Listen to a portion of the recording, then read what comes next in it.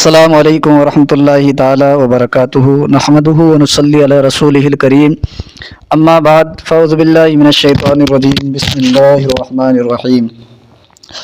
کنتم خیر امۃ اخرجت للناس تأمرون بالمعروف وتنہون عن المنکر وتؤمنون باللہ صدق اللہ العظیم وبلغنا رسولہ النبی الامین الکریم ونحن علی ذلک لمن الشاہدین والشاکرین والحمد للہ رب العالمین۔ حضرت انس بن مالک رضی اللہ تعالی عنہ سے روایت ہے کہ حضور نبی کریم علیہ الصلاۃ والتسلیم نے ارشاد فرمایا کہ جب کوئی بندہ مجھ پر ایک مرتبہ درود بھیجتا ہے تو اللہ تعالیٰ اس کی سانسوں سے ایک سفید بادل پیدا کرتا ہے، پھر اس بادل کو بحر رحمت سے استفادہ کرنے کا حکم ملتا ہے، اس کے بعد اسے برسنے کا حکم ملتا ہے، اس کا جو قطرہ زمین پر پڑتا ہے اس سے اللہ تعالیٰ سونا، جو پہاڑوں پر پڑتا ہے اس سے چاندی پیدا کرتا ہے، اور جو قطرہ کسی کافر پر پڑتا ہے اللہ رب العزت اسے ایمان کی دولت عطا فرماتا ہے۔ آیت کریمہ جو میں نے پڑھی، اللہ رب العزت کا ارشاد کنتم خیر امۃ اخرجت للناس تأمرون بالمعروف وتنہون عن المنکر۔ آیت کریمہ کا ترجمہ ہے تم بہترین امت ہو، کیوں؟ اخرجت للناس، جو لوگوں کے لیے ظاہر کی گئی، تم بہترین امت ہو جو لوگوں کے لیے ظاہر ہوئی، تأمرون بالمعروف وتنہون عن المنکر۔ اور بہترین کیوں ہو؟ کیونکہ لوگوں کو بھلائی کا حکم دیتے ہو اور برائیوں سے روکتے ہو، وتؤمنون باللہ، اور اللہ پر ایمان رکھتے ہو۔ تو آیت کریمہ کا ترجمہ ہوا تم بہترین امت ہو جو لوگوں کی طرف ظاہر کی گئی ہو، اور بہترین ہونے کی وجہ جو ہے وہ آیت کریمہ میں یہ بیان فرمائی گئی، تمہارے بہترین ہونے کی وجہ یہ ہے تم لوگوں کو بھلائی کا حکم دیتے ہو اور برائیوں سے روکتے ہو اور اللہ رب العزت پر ایمان رکھتے ہو۔ تو آج کا ہمارا بیان یہی ہے، امر بالمعروف و نہی عن المنکر۔ انسان پر سب سے ضروری، لازم و ضروری یہ ہے کہ وہ ایمان لائے، ایمان کے بعد اسلام کے جو ارکان ہیں ان پر عمل کرے، صاحب حج ہے تو حج کرے، صاحب زکوٰۃ ہے تو زکوٰۃ دے، نماز پڑھے، روزہ رکھے۔ یہ ارکان اسلام ہیں، ان کا کرنا اس کے اوپر لازم و ضروری ہے، نہیں کرے گا تو سخت گناہگار ہوگا، اللہ رب العزت اس کی پکڑ فرمائے گا، اور اگر اس کا انکار کر دے تو وہ دائرہ اسلام سے خارج ہو جائے گا۔ یہی ہم علماء کرام سے سنتے ہیں کہ نماز پڑھنی چاہیے، روزہ رکھنا چاہیے، زکوٰۃ دینا چاہیے، یقیناً یہ کام کرنا چاہیے، لیکن ان کے ساتھ ساتھ اس بات کی طرف بھی زور شریعت نے ہمیں دیا ہے، مصطفیٰ جان رحمت صلی اللہ علیہ وسلم کے دین نے دیا ہے، تمہارے اوپر نماز پڑھنا بھی ضروری ہے، اور اسی کے ساتھ ساتھ تمہارے لیے یہ بھی ضروری ہے کہ اپنے بھائی سے بھی نماز پڑھنے کے لیے کہو، اسے بھی نماز پڑھنے کی تلقین کرو، اسے بھی نماز پڑھنے کی تاکید دو۔ حدیث پاک میں ہے، حضور نبی کریم علیہ الصلاۃ والتسلیم نے ارشاد فرمایا کہ اللہ تعالیٰ نے موسیٰ علیہ السلام سے فرمایا، حضور نے صحابہ کرام کے درمیان اس حدیث پاک کو بیان فرمایا کہ اللہ رب العزت نے موسیٰ علیہ السلام سے فرمایا تم نے کبھی میرے لیے کوئی اچھا عمل کیا ہے؟ تو موسیٰ علیہ السلام نے عرض کیا، یا بار الہ، میں نے تیرے لیے نمازیں پڑھی ہیں، روزے رکھے، صدقات دیے، تیرے آگے سجدے کیے، تیری حمد کی، تیری کتاب کو پڑھا، تیرا ذکر کرتا رہا۔ تو اللہ رب العزت نے فرمایا ہے موسیٰ، نماز تیری دلیل، روزہ تیرے لیے ڈھال، صدقہ تیرے لیے سایہ، تسبیح تیرے لیے جنت میں درخت، کتاب کی قرات تیرے لیے جنت میں حور اور جنت میں محلات، اور میرا ذکر تیرا نور ہے، بتا تو نے میرے لیے کیا عمل کیا ہے؟ تو حضرت موسیٰ علیہ السلام نے عرض کی، مولا تعالیٰ تو مجھے بتا تیرے لیے کون سا عمل کروں جو تیرے لیے ہو؟ تو اللہ رب العزت نے فرمایا، اے موسیٰ، کیا تو نے کبھی میری وجہ سے کسی سے محبت کی ہے، اور تو نے میری وجہ سے کبھی کسی سے دشمنی رکھی ہے؟ تب موسیٰ علیہ السلام سمجھ گئے کہ سب سے اچھا عمل اللہ کے لیے محبت اور اللہ کے لیے دشمنی رکھنا ہے۔ تو اس حدیث پاک سے پتہ چلتا ہے ساتھ ہی نماز بھی پڑھنا چاہیے اور نماز پڑھنے کا حکم بھی دینا چاہیے۔ ایک حدیث پاک میں ہے حضور نبی کریم علیہ الصلوۃ والتسلیم نے ارشاد فرمایا اللہ تعالیٰ نے ایک قریہ والوں پر عذاب بھیجا، ایک گاؤں والوں پر عذاب بھیجا، ان میں 80,000 ایسے بھی تھے جنہوں نے انبیاء کی طرح نیک عمل کیے تھے، انبیاء کی طرح نیک عمل کیے تھے، اور اس بستی پر عذاب نازل ہو گیا۔ پوچھا گیا مولا تعالیٰ یہ کیسے ہو گیا؟ اس بستی میں تو بڑے نیک پارسا متقی لوگ رہتے ہیں۔ تو اللہ رب العزت نے فرمایا وہ اس لیے ان پر عذاب نازل ہوا کہ کسی کو برا نہیں سمجھتے تھے، اور نہ ہی وہ کسی کو نیکی کرنے کا حکم دیتے تھے، اور نہ ہی برائیوں سے روکنے کا حکم دیتے تھے۔ تو اس حدیث پاک سے ہمیں پتہ چلتا ہے کہ ہمیں برائیوں کو روکنا، نماز جو نہیں پڑھتا ہے انہیں نماز پڑھنے کی تلقین بھی کرنا ضروری ہے۔ ایک جگہ قرآن مقدس میں ارشاد فرمایا گیا، آیت کا ترجمہ یا مفہوم ہے، ہر ایک دوسرے کے تابع ہے، قیامت کے دن بادشاہ جو ہے اس سے رعایا کے بارے میں سوال کیا جائے گا۔ اسی طریقے سے ایک دوسرے کے ہر ایک تابع ہے، والدین سے بچوں کے بارے میں سوال کیا جائے گا، بچوں سے والدین کے، جب تک بچے والدین کے انڈر میں تھے والدین ان سے تمام کام لیتے تھے، مالک جو ہے نوکر سے کام لیتا تھا، لیکن اس کے باوجود بھی اس کی حق ادا نہیں کرتا تھا تو اس کا سوال ہوگا۔ اور وہیں پر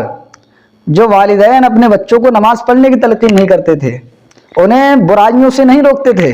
اور بھلائیوں کا حکم نہیں دیتے تھے، تو وہاں پر بھی ان کی پکڑ ہوگی اور اللہ رب العزت ان کی سخت گرفت فرمائے گا۔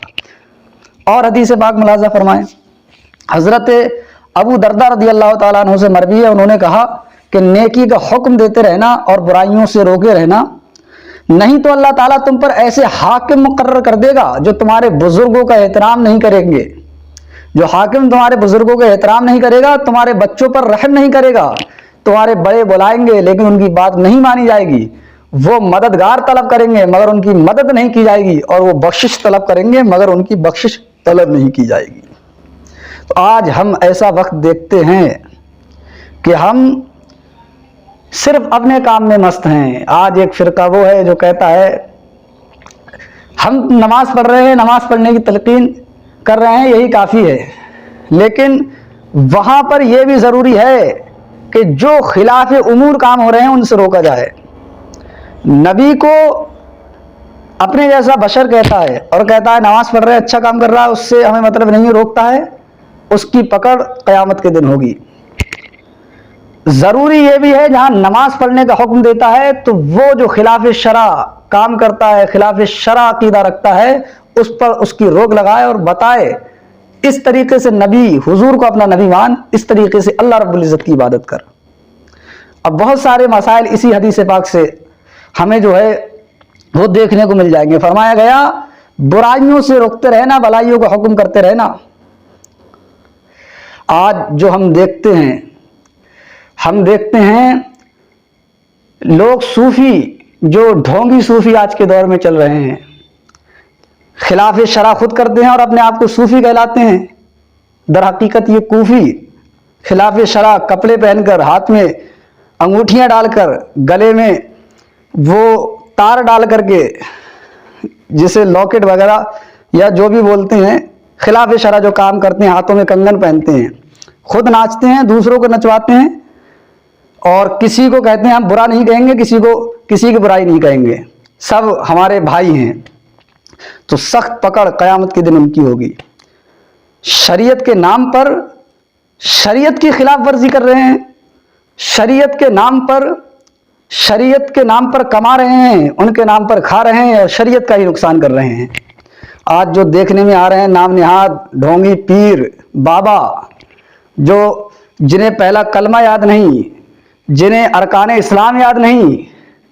وہ خود خلاف شرع کام کر رہے ہیں اور قوم کو ایسے گمراہ کر رہے ہیں کہ قوم اس وجہ سے ان کی طرف گمراہ ہو رہی ہے۔ مولوی لوگ تو ہماری برائی کرتے رہتے ہیں،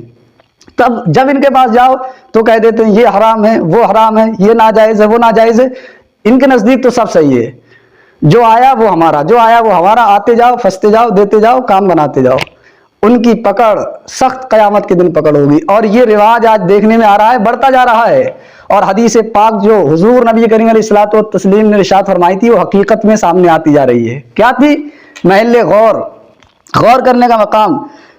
تم بھلائیوں سے روکتے رہنا، بھلائیوں کا حکم دیتے رہنا اور برائیوں سے روکتے رہنا۔ اگر تم نے ایسا نہیں کیا تو اللہ تعالیٰ تم پر ایسے حاکم مقرر کر دے گا جو تمہارے بزرگوں کا احترام نہیں کریں گے،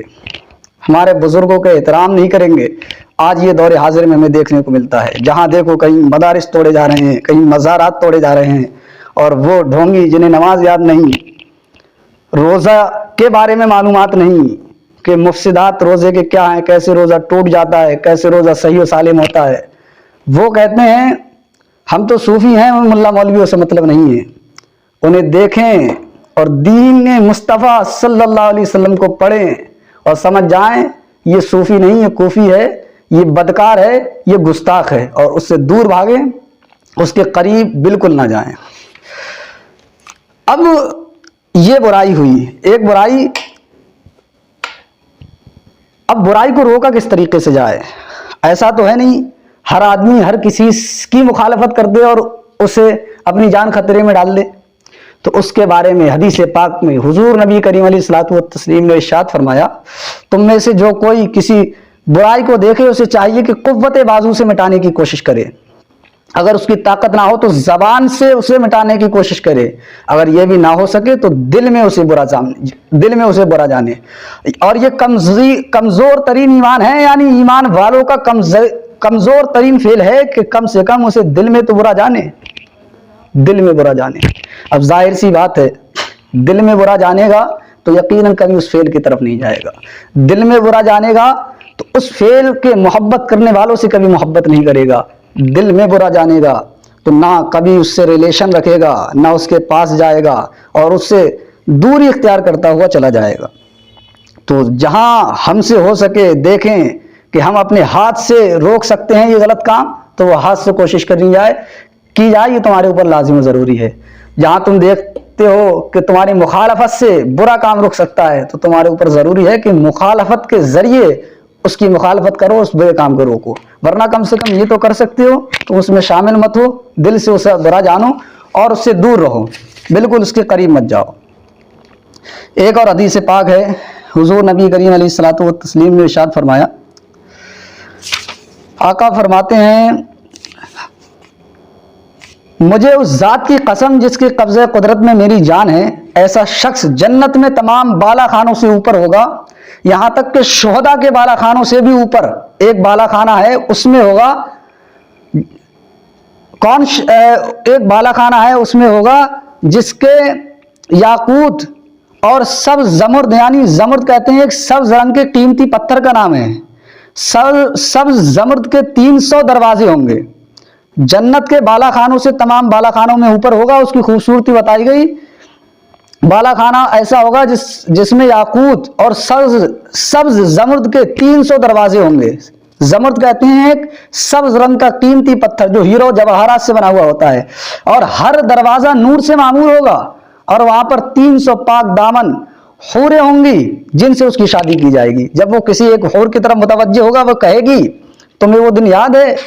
جب تم نے نیکی کرنے کا حکم دیا تھا اور برائیوں سے روکا تھا؟ دوسری کہے گی، آپ کو وہ جگہ یاد ہے جہاں آپ نے امر بالمعروف و نہی عن المنکر کیا تھا؟ دیکھیں اس کا کیا مقام ہوگا، کیا مرتبہ ہوگا، کیا فضیلت اللہ رب العزت قیامت کے دن سے دے گا۔ جو برائیوں کے خاتمے کی بھرپور کوشش کرتا ہے اور بھلائیوں کا حکم دیتا ہے، اس کا مرتبہ فرمایا جنت کے تمام بالا خانوں سے اوپر اسے مقام دیا جائے گا اور تمام نعمت اللہ رب العزت اسے عطا فرمائے گا۔ ایک اور حدیث پاک ملاحظہ کریں، حدیث پاک میں ہے حضرت موسیٰ علیہ السلام نے عرض کیا، اے رب اس شخص کا بدلہ کیا ہوگا جس نے اپنے بھائی کو بلایا، اسے نیکی کا حکم دیا اور برائی سے روکا؟ رب نے فرمایا اس کے ہر کلمے کے بدلے سال کی عبادت لکھ دی جاتی ہے۔ دیکھیں ہر کلمے کے بدلے سال کی عبادت لکھ دی جاتی ہے جو اپنے بھائی کو برائی سے روکتا ہے اور بلائی کا حکم دیتا ہے، اور اللہ رب العزت ارشاد فرماتا ہے میری رحمت کو اسے جہنم میں جلاتے ہوئے شرم آتی ہے۔ مسلمانوں دیکھو کیا مقام اللہ رب العزت نے اسے دیا ہے، جو اللہ رب العزت کے لیے کسی سے دشمنی لیتا ہے اور اگر خوش ہوتا ہے تو اللہ رب العزت کی خوشی کے لیے کسی سے خوش ہوتا ہے۔ ایک اور حدیث پاک ہے، حضرت حسن بصری رحمۃ اللہ علیہ کہتے ہیں کہ حضور نبی کریم علیہ الصلوۃ والتسلیم نے فرمایا میری امت میں سب سے افضل شہید وہ شخص ہے جو ظالم حاکم کے پاس گیا اسی نیکی کا حکم دیا اور برائی سے روکا اور اسی وجہ سے اسے قتل کر دیا گیا۔ فرمایا ایسے شہید کا ٹھکانہ جنت میں حضرت حمزہ اور حضرت جعفر رضی اللہ عنہما کے درمیان ہوگا۔ میرے بھائیوں، تو ضروری یہ بھی ہے کہ تم اپنے بھائی کو نماز پڑھنے کی تلقین کرو، اپنے بھائی کو برے کام سے روکو۔ تمہارا بھائی جو غلط فعل میں ملوث ہے اسے بھی روکو۔ دوست وہی ہے جو اپنے بھائی کو پریشانی میں نہ جانے دے۔ تو کیا تم یہ محبوب رکھو گے، یہ پسند رکھو گے کہ تمہارا بھائی کل قیامت کے دن جہنم میں جائے، تمہارا دوست قیامت کے دن جہنم میں جائے؟ اور اسے پریشانی میں کیسے دیکھ سکو گے؟ اور ان کا مرتبہ تو بہت بلند اللہ رب العزت نے کیا ہے، جو اللہ رب العزت کے لیے کسی سے دشمنی کرتے ہیں اور اسی کے لیے کسی سے دوستی کرتے ہیں۔ آخری حدیث پاک اور ملاحظہ فرما لیں، حضرت ابو ذر غفاری رضی اللہ عنہ کہتے ہیں کہ حضرت ابو بکر صدیق رضی اللہ عنہ نے حضور نبی کریم علیہ الصلوۃ والتسلیم سے دریافت کیا، مشرکین سے لڑنے کے علاوہ اور بھی کوئی جہاد ہے؟ تو حضور نبی کریم علیہ الصلوۃ والتسلیم نے ارشاد فرمایا، ہاں اے ابو بکر، اللہ کی زمین پر ایسے مجاہدین رہتے ہیں جو شہداء سے افضل ہیں، زمین پر چلتے پھرتے ہیں، رزق پاتے ہیں، اللہ تعالیٰ ملائکہ میں ان پر فخر کرتا ہے، ان کے لیے جنت سواری آتی ہے۔ فرمایا جیسے ام سلمہ کو نبی کریم صلی اللہ علیہ وسلم کے لیے سوارا گیا۔